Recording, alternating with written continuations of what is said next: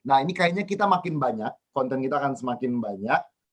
Tetapi kalau dari gue aja, gue berharap ke depannya ini juga makin banyak, tapi makin kreatif. Oke. Jangan makin banyak, tapi makin sama. Jadi si A upload konten yang ngevlog, B ngevlog, C ngevlog, D ngevlog, A sampai Z ngevlog semua. Menurut gue kita harus mencari nih, apa sih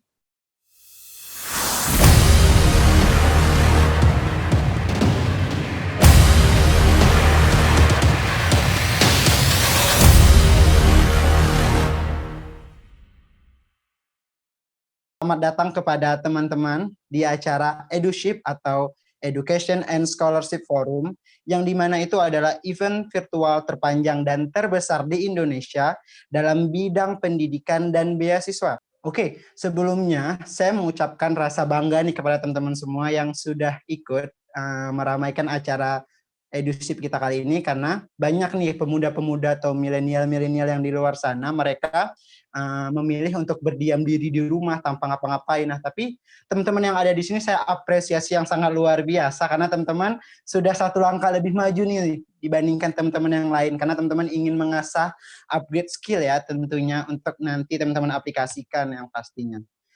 Oke, sebelum itu juga aku ingin menjelaskan nih lagi-lagi terkait Indonesia Millennial Connect. Nah, mungkin teman-teman sebelumnya sudah banyak mendengar nih ya Indonesia Millennial Connect itu apa. Nah, aku akan mengulang agar teman-teman bisa lebih paham sebenarnya Indonesia Millennial Connect itu apa sih.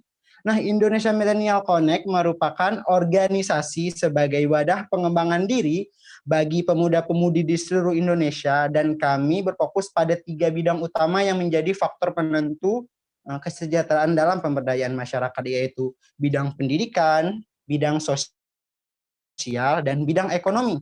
Adapun program-program dari AIM Connect yang sudah dilaksanakan diantaranya, yang pertama sharing session by live on Instagram pada bulan Maret bersama pembicara hebat, diantaranya Chandra Putra Negara. Siapa yang nggak kenal Kak Chandra ya? Ada Ismail Bahtiar, Tantri Namira, Rahmania Astrini, Syafi'i Effendi, dan pembicara-pembicara yang lain pastinya. Tidak hanya itu juga, kami juga mengadakan kegiatan hashtag ngabuburit dari rumah, seperti namanya ya, ngabuburit dari rumah, di mana itu adalah kegiatan produktif selama bulan Ramadan yang diisi oleh pembicara-pembicara yang luar biasa juga seperti Kak Haikal Kamil, Kevin Liliana, Sonia Ferdina, Wisnu Tama, dan lain-lain. Dan tidak sampai di situ juga nih teman-teman, kami juga mengadakan kegiatan aksi hashtag milenial lawan corona bersama aksi cepat tanggap, yaitu aksi galang dana untuk masyarakat menengah ke bawah yang terdampak COVID-19, dan kami sudah membagikan langsung nih kepada para masyarakat yang membutuhkan pastinya.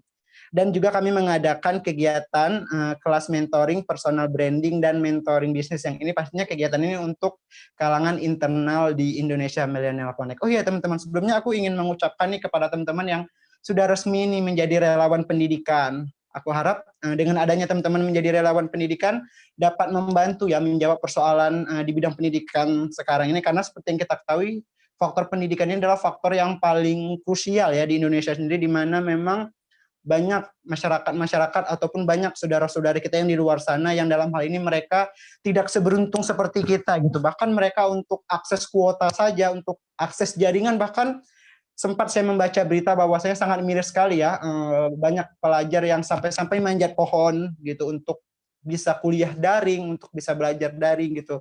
Mungkin teman-teman dalam hal ini yang berlebih kita sama-sama bisa membantu nih ya teman-teman saudara-saudara kita yang dalam hal ini mereka yang kurang beruntung gitu. Oke, kami juga mengadakan kegiatan Festival Indonesia Bangkit. Nah, mungkin teman-teman yang ada di sini sebelumnya sudah pernah nih mengikut Festival Indonesia Bangkit ya. Nah, Festival Indonesia Bangkit sendiri adalah sebagai ajakan para masyarakat Indonesia untuk bangkit menuju Indonesia yang lebih baik, dan pastinya banyak program-program yang lainnya gitu. Tidak hanya di situ juga teman-teman. Indonesia Millennial Connect sendiri juga mengadakan kegiatan Eco-Talk dan sharing dari rumah. Oke, itu tadi teman-teman bahwasanya penjelasan mengenai Indonesia Millennial Connect dan program-program apa yang sudah kami jalankan. Nah, bagi teman-teman yang ingin update-nya langsung nih, program-program apa saja yang sudah kami laksanakan masih banyak sekali ya, teman-teman bisa langsung cek IG-nya kita di Indonesia Millennial Connect. Jadi teman-teman silakan tuh dikepo-kepoin Instagram kita karena kita bakalan update setiap harinya berupa informasi apapun gitu. Untuk itu teman-teman yang belum follow Instagram kita segera follow ya.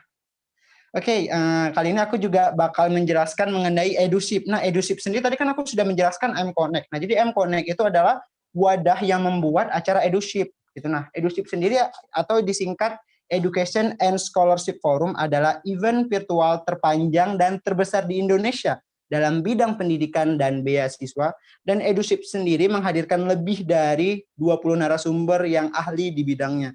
Dan tujuan diselenggarakannya acara ini yaitu untuk meningkatkan kompetensi dan wawasan serta menjadi wadah diskusi dan juga penyaluran donasi bagi korban yang terdampak COVID-19 agar mereka dapat melanjutkan pendidikannya. Yang pastinya dengan adanya EduShip seperti yang saya bilang di awal, bahwasanya teman-teman bisa sama-sama belajar ya. Kita walaupun terkena dampak COVID-19 tapi kita tetap bisa produktif, kita tetap bisa mengimplementasi, kita tetap bisa mengimpactkan apa yang kita dapatkan untuk orang banyak yang pastinya. Kak Jovi, sebelum itu mungkin gimana nih Kak Jovi kabarnya? Ya beginilah, sehat, tapi masih berharap PSBB berakhir ya. Kita masih Amin. PSBB volume 2 nih di Jakarta. Jadi ya itu aja sih, berharap PSBB berakhir aja supaya bisa lebih kemana-mana. Ya, nah yang pastinya apa ya Kak Jovia, kita juga harapkan kepada teman-teman yang ada di rumah tetap ikuti protokol kesehatan ya Kak Jovia, untuk memakai masker, untuk memakai hand sanitizer ya, karena kalaupun kita tidak penting sekali untuk keluar, itu jangan gitu ya Kak Jovia. Kak Jovi sendiri. Oke, Kak Jovi, mungkin bisa langsung saja kita mulai ya Kak Jovia untuk sharing kita pada kali ini. Halo Kak Jovi. Ya, halo. Ya. Oke, mungkin bisa langsung kita mulai ya untuk acara kita pada kali ini. Nah, Kak Jovi sendiri sebenarnya seperti yang kita ketahui ya, bahwasanya YouTube sekarang ini sudah menjadi profesi yang sangat menjanjikan gitu. Bahkan di kalangan artis juga mereka pindah profesi ya, kita bilang dari artis bukan pindah profesi juga, tapi mereka juga bermain di YouTube gitu. Nah, sebenarnya menurut Kak Jovi sendiri bagaimana sih dunia per-YouTuban ke depannya gitu? Ngelihat dari situasi sekarang, gimana tuh Kak Jovi? Oh, pertanyaan langsung panas ya. Iya, seperti hari ini. Langsung masuk YouTube ya, waduh. Oke. Ya, kalau dari saya ya, kayaknya kedepannya ini, teman tadi bilang ini menjanjikan, semua orang bisa masuk. Benar-benar. Kayaknya kedepannya ini makin beragam. Konten YouTube tuh akan makin beragam. Kalau contohnya nih, di era saya tahun 2012, 13, 14, waktu pertama mulai itu kebanyakan nyanyi, sketsa musik, gaming. Tiba-tiba kan makin kesini makin beragam nih. Tiba-tiba ada masak, ada apa, ada horor, ada cerita-cerita ke kamera, ada pokoknya makin luas lah. Ada konten anak kecil dan lain-lain. Nah ini kayaknya kita makin banyak, konten kita akan semakin banyak. Tetapi kalau dari gue aja, gue berharap ke depannya ini juga makin banyak tapi makin kreatif. Oke. Jangan makin banyak tapi makin sama. Jadi si A upload konten yang ngevlog, B ngevlog, C ngevlog, D ngevlog, A sampai Z ngevlog semua. Menurut gue kita harus mencari nih apa sih keahlian kita, apa sih kekuatan kita. Nah itu tuh yang ditonjolin, itu yang diupload ke YouTube. Jangan ujungnya sama semua. So kita lihat, oh yang ini sukses nih gara-gara dia kayak gini. Ya udah gue kayak dia juga. Nggak gitu. Dia sukses karena dia tuh bisa mengupload dirinya sendiri. Kita semua terus bisa mengupload diri kita sendiri intinya untuk menjadi sukses. Oke, berarti lebih ke value ya Kak ya. Apa yang kita upload, karena memang banyak sekali ya sekarang memang munculnya konten-konten creator yang kayak Kak Jovi sendiri, ada dari berbagai genre gitu. Nah, mungkin dari teman-teman nih memang sangat betul sekali apa Kak Jovi bilang. Jadi teman-teman silahkan cari value-nya yang ada pada diri teman-teman, dan dengan begitu lebih mudah ya Kak Jovi ya dalam kita membuat konten itu, karena sama saja kalau seandainya kita ngelihat orang nonton YouTube sendiri ya, kita bakal nggak ada habisnya, ibaratnya kita ya susah geraknya gitu ya Kak ya. Iya. Oke. Nah, terus sebenarnya kayak apa sih awal mula Kak Jovi sendiri itu idenya bikin YouTube itu sebenarnya awal mulanya gimana itu Kak? Mungkin bisa Kak ceritakan nih kepada teman-teman yang ada di rumah. awal mula nge-YouTube lumayan lama ya, 9 tahun yang lalu. Waduh, coba 2000 berapa tuh, Mas? diinget 2012 Oke, 2012. awal. Diinget dulu 8 tahun lalu nih ngapain. Enggak. Jadi dulu tuh saya sama adik saya tuh sering iseng aja bikin sketsa. Kita suka bikin sketsa. Cuma suatu hari ada tugas dari kampus. Ada tugas dari kampus bikin video perkenalan kampus, upload di YouTube. Video itu meledak di kampus kita, tadi disebutkan di UI. Orang kayak, wah ternyata judul videonya 10 tips sukses masuk UI. Itu tiba-tiba meledak, orang kayak, padahal videonya lumayan lawak. Orang kayak, wah ternyata untuk masuk UI itu ini ya yang diperlukan ya. Gitu. Kita bikin sketsa berikutnya, berjudul Modus. Abis itu tiba-tiba dapat pesan YouTube. Nggak tahu, kan sekarang ada DM Instagram ya. Ada DM Instagram, ada DM Twitter gitu. Dulu kita dapat pesan YouTube dari Bang Radit. Bang Radit tanya, tertarik nggak nulis sketsa untuk Malam Minggu Miko? Jadi tanya untuk nulis nih. Pertama untuk nulis sketsa. Terus kita kayak, ya kenapa enggak? Nah, tiba-tiba pas kita ke sana, adik saya ditawarin, si Andovi ditawarin, kamu mau nggak menggantikan Rian di Malam Minggu Miko 2? Jadi ujung-ujungnya Andovi menggantikan Rian, saya juga main beberapa episode, dan dari situ tuh kita mulai kolaborasi kiri kanan dan bikin YouTube. Tapi awalnya tuh dari bukan keisengan ya keisengan sih, bisa dibilang keisengan yang ujung-ujungnya berbayar. Jadi awalnya tuh bukan karena kita tahu ada duit ya, tapi awalnya kita iseng aja ingin upload sesuatu, ujungnya berbayar. Begitu, awalnya kayak gitu sih.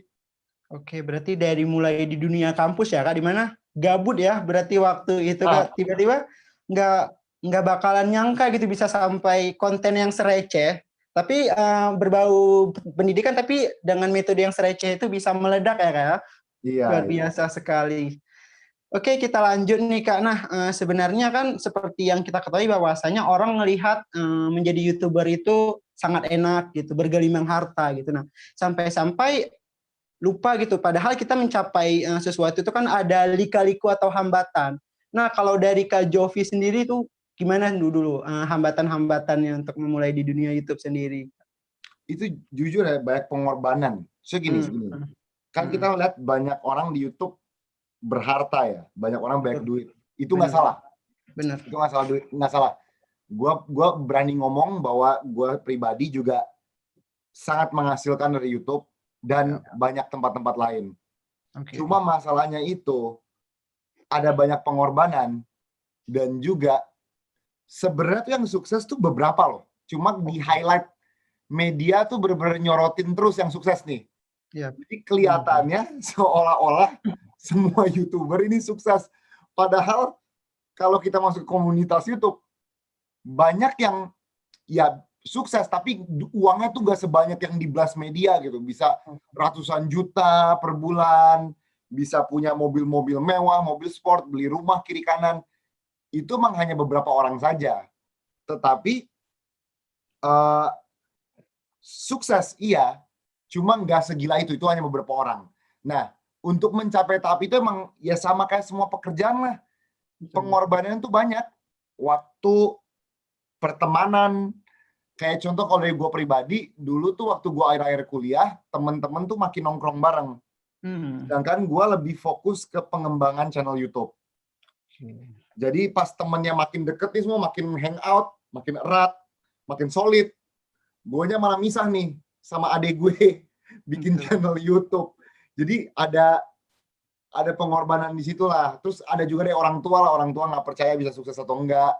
Nah, tapi banyak pengorbanan untuk nyampe sukses. Dan juga uang dari YouTube itu kan banyak asalnya ya. Jadi uang dari YouTube itu ada asalnya yang dari YouTube sendiri. Jadi kalau kita upload berapa views, subscribers itu nggak ngaruh. Berapa views, subscribers itu cuma bakal ngaruh kalau subscribers views itu ngaruh kalau untuk kita masuk trending. Jadi intinya dari views itu dapat berapa duit. Tapi kan juga bisa dapat uang dari sponsorship. Jadi kayak video kita ini disponsorin oleh siapa gitu kan. Nah, kalau kita pribadi Skinny News 24, kita tuh lebih besar di sponsorship, bukan di uang dari YouTube itu sendiri. Kalau mau uang dari YouTube itu sendiri itu harus yang kayak channel-channel yang konsisten upload terus per hari upload. Itu kemungkinan dari YouTube pasti banyak. Kalau saya sama Desa itu sekarang ya kita lebih kayak per bulan, apapun yang menarik bagi kita baru kita upload. Wah. Banyak orang kan dari dulu uang tuh utama. Uang dulu, kontennya ikut. Yang penting uang. Nah, gimana cara dapat uang cepat? Eksis terus. Gimana cara eksis terus? Harus drama terus. Kalau kita drama, kita dibahas Line Today,